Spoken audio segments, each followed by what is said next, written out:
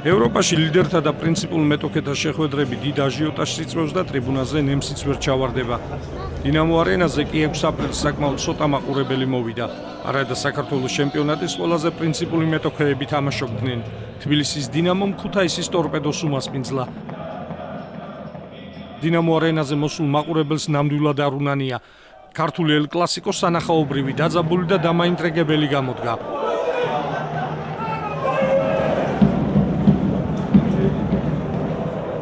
პირველ ტაიმში უპირატესობას თბილისელები ფლობდნენ და რამდენიმე საგოლე მომენტი შექმნეს. ლოიკურიც იყო ტაიმის ბიძრულს დინამომ ანგარიში რომ გახსნა. ნიკა გელაშვილი მცველს გარეთ ბეილივით გაიქცა და მეკარეს შანსი არ დაუტოვა.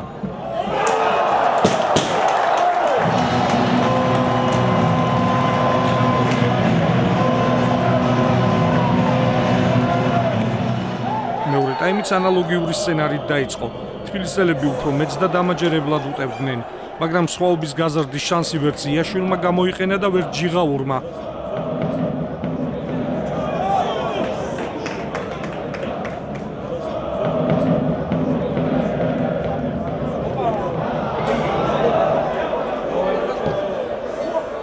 მერეკი მასპინძლები მოეშვნენ, რითაც ტორპედო მისარგებლა.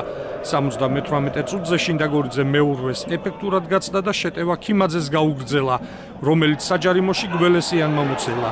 პენალტი კუხიანიძემ უნაკლოდ შეასრულა.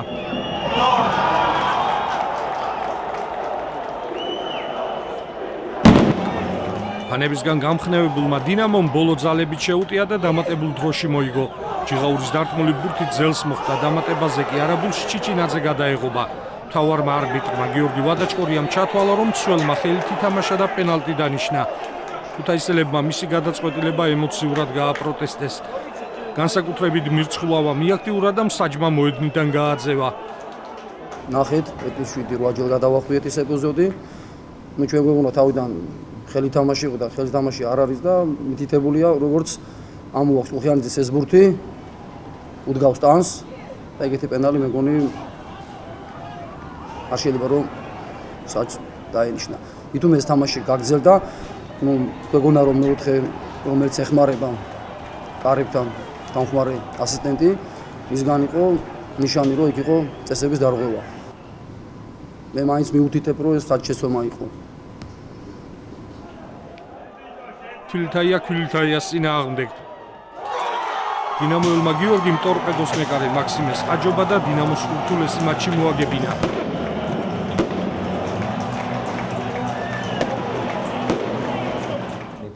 ტორპედო პირველი მეტოქია, რომელმაც ჩვენს მოედანზე ფეხბურთი ითამაშა.